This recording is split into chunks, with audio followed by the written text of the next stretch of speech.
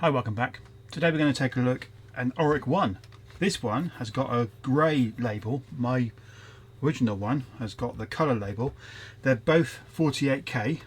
This one sold as seen. It's missing a couple of screws. Not necessarily good, not necessarily bad. Who knows? Who knows?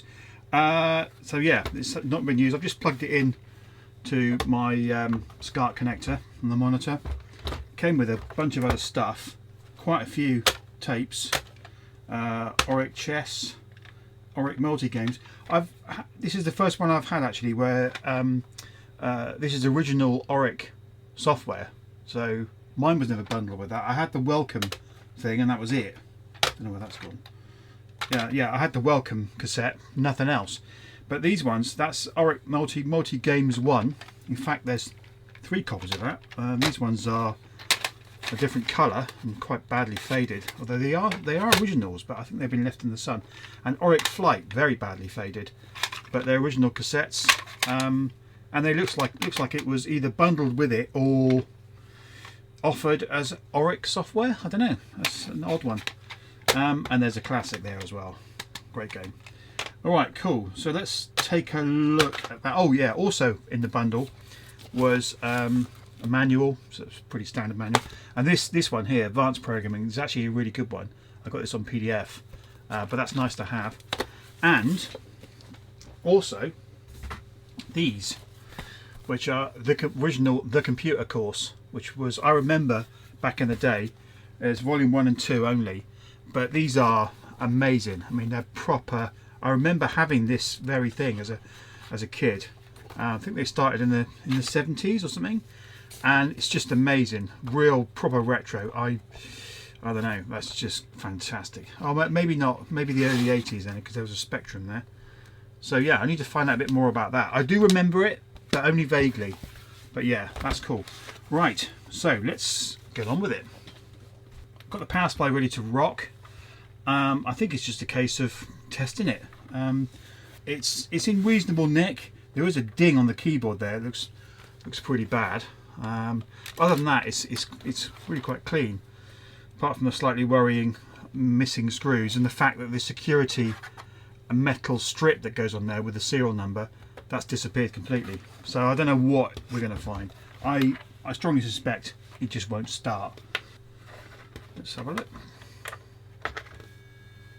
Oh, there's a noise. I don't know whether you can hear that. That's the speaker, and it's not finished the boot.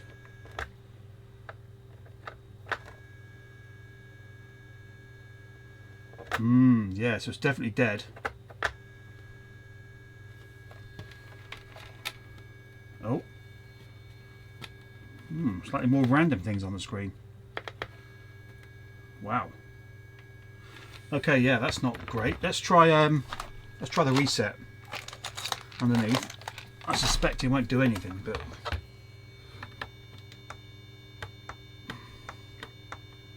yep, that's no good either. I mean, all of the video hardware seems to work. The sound works potentially because it's making a noise, and that looks all lovely and solid, but it's not working. I wonder, it's probably either memory or the reset circuit is gone. I don't know. Okay, this is going to require a bit more input. I'm going to have to open it up and see what we can find. Cool.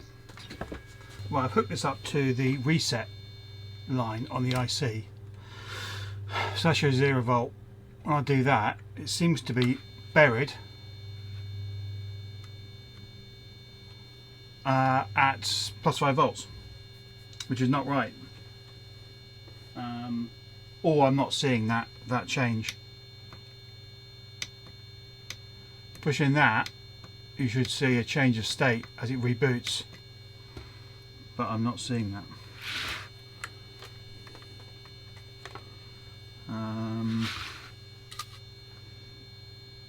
Yeah, tricky.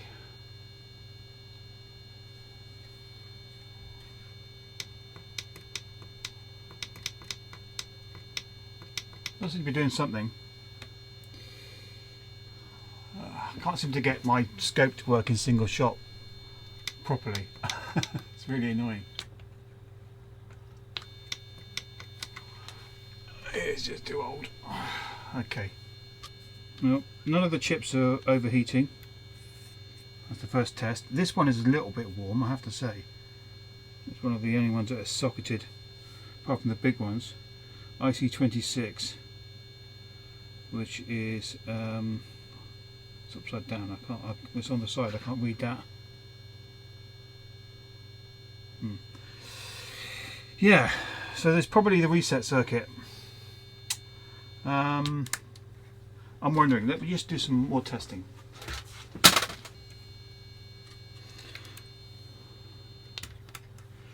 Right, so if that reset logic level is consistently high, which is not good, then it will never come out of reset. Or let me rephrase that. So the low level needs to be long enough to reset the chip. Yeah. Interesting. Well.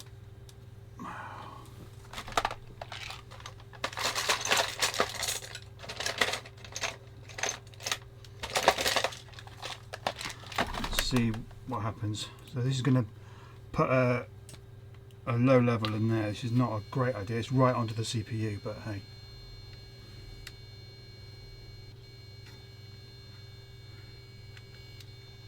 Nope. Did change the speaker. So it wasn't that then. Now, is there any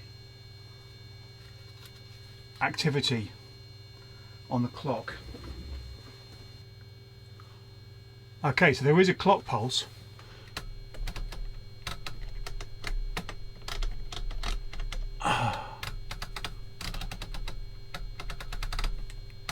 There he is. Oh, that looks like a nice healthy clock pulse. That's good. So that is D0. So it looks to be there's something being read there. I push the reset button, it doesn't change.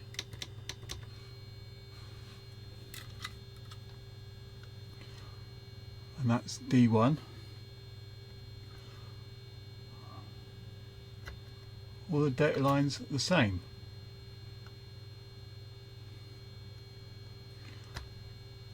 Okay, that's a bit weird. Let's have a look at the some of the address lines.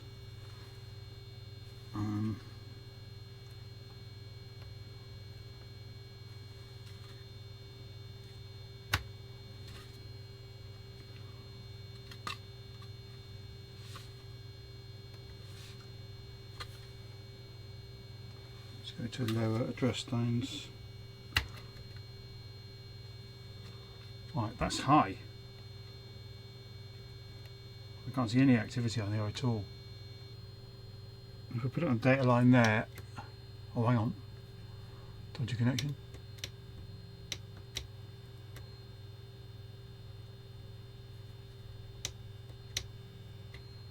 That's weird. So when I push the reset switch, the data line does move and it gets very choppy and horrible. Interesting. Wow, it's quite pretty, but it's not really what's needed. So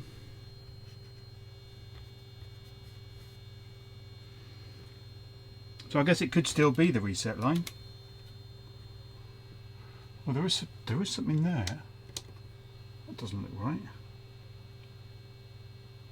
Oh, there's some noise on the address line, the address bus.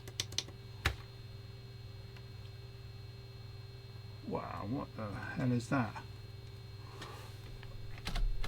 Oh, that's better. I was zoomed in too much. So there is something going on the address bus. That looks better. Right. Okay. Yeah. It gets faster. Right. Okay. I was going mad for a minute. Right. Okay. So there we go. So that's data being read off the bus. You do that, and it does change a little bit sometimes. Well, I've read some stuff that this capacitor here can sometimes go a bit funny and mess about with the with the reset line doesn't hold it in reset enough, so the CPU doesn't go into its boot properly. Right, wow, deeper and deeper. That's for another episode. So it don't work. That's a shame. Next step is to try the Oric diagnostic hardware. Now, I've never used one before, but there are essentially two types. There's the internal ROM solution, where you take out the high and the low ROM, you stick a new ROM in, and that's the replacement ROM for the diagnostics. It runs stuff. And there's some test harness plugs that you put in the back in the tape port and printer port, stuff like that. There's another version which is similar, but it's actually an external device you plug into the expansion slot, so that overwrites everything from there. So in theory, you don't even have to open it up. So that's actually quite cool. So I'm going to get hold of one of those. They're remarkably cheap actually, but I've never used one before, as I say, so it'll be a learning experience. I suspect, well, there is activity on the data and address lines. So that leads me to think that with the clock running, with the CPU apparently trying to execute code, something else has gone funny. Now, I know that the reset button is actually a non-maskable interrupt, so it should jump to a software vector and start doing things for a reset. But the hardware reset didn't work either, so a hardware reset as in some flipping jumper leads, but yeah, who's counting? So if it's not the reset itself, because it's apparently executing code, it's probably more likely to be RAM. I don't know. I know that's a classic thing on Oric, that apparently the RAM chips are blown. I've been lucky because I've never had that. And that's really cool. I shouldn't say that out loud, but I don't have that, which is great. Replacement of those chips, I mean, it's a little bit of a faff, to be honest, but obviously I would go through the process of desoldering them carefully, socketing them, and then replacing it with like-for-like chips if I can find them. Tend to be quite expensive, but I'll keep my eyes peeled. I don't think I've got any of that sort of stuff lying around, but we'll see. Stay tuned for the next episode. Cheers.